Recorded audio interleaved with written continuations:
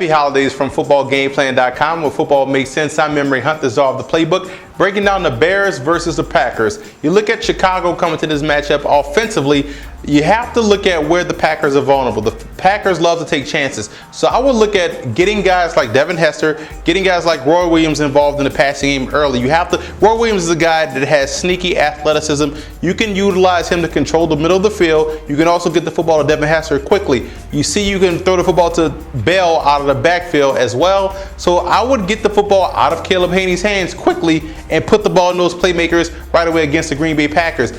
But defensively is where you got to talk about stopping Green Bay, and that's how you effectively get them off the field.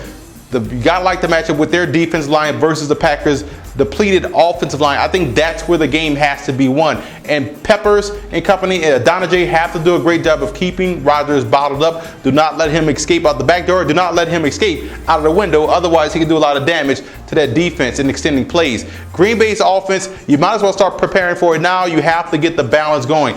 There's a lot of leakage on the offensive line now with the injury, so you definitely don't want to put Rodgers in a situation where he's going to have to drop back more times than you need to. I would lean on that running game against Chicago. You want to neutralize these guys' pressure by running right at it and throwing when you have to, because you can lean on your passing game, but you got to get that ground game going. Defensively, pressure on Haney will result in turnovers. Haney is a guy that stares down his targets. He wants to get rid of that football quickly, and he's thinking too much back there in the pocket, as most Mike Martz quarterbacks do. If he thinks too much, you can have success. So it's all about pressure early on and down the distance against Caleb Haney in that offense.